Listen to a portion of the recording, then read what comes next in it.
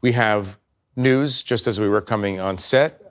President Trump has fired the chairman of the Joint Chiefs of Staff, General C.Q. Brown, Air Force general, four-star general, second black chairman of the Joint Chiefs of Staff.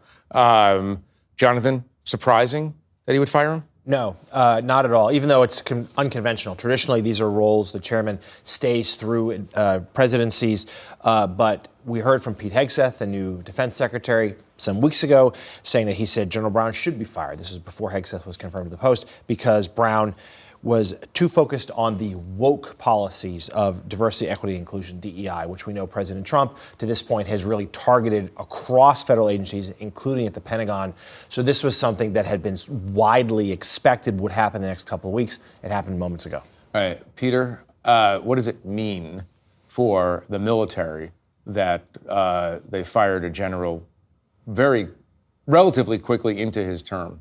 Well, look, President Trump, in his first term, tried to assert control over the military in a way that went beyond what the normal commander-in-chief does, not just as a defense for the country against external enemies, but as a tool potentially for internal use when he had domestic criticism. And that's where he got into a fight, as you've written, and we've written, and you've written, and we've all written, with Mark Milley, the previous chairman of the Joint Chiefs, who resisted what he thought were at times certainly unwise, maybe illegal and unconstitutional desires by the president to put troops in the streets. So clearly there's a decision that C.Q. Brown is not somebody that he can trust to carry out his bidding, and we don't know what that bidding will be. And you think that it's the acid test for Trump is willingness to put troops in the streets against American citizens? It would be striking to know if he had not made a conversation about the Insurrection Act a part of any interview for who is going to take his place. Right. And Susan, one more question on this.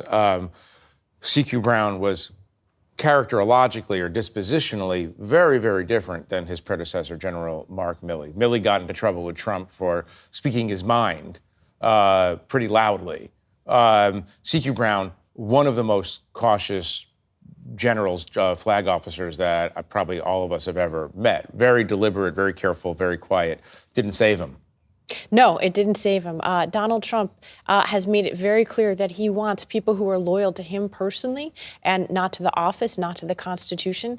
And I'm looking for, Jeff, to understand whether this is just one firing or whether we're going to see a wholesale purge of generals, as a number of news outlets have been reporting. And I think that's of deep concern when you look at Trump's agenda.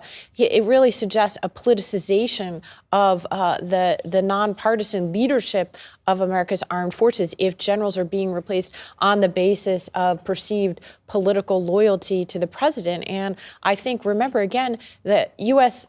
Congress has a role in this. The Senate has to confirm Trump's new chairman of the Joint Chiefs, and I think it's an appropriate set of questions for them to ask as to why has this apparently a three-star general been elevated to this position, and what questions were asked of him by Donald Trump.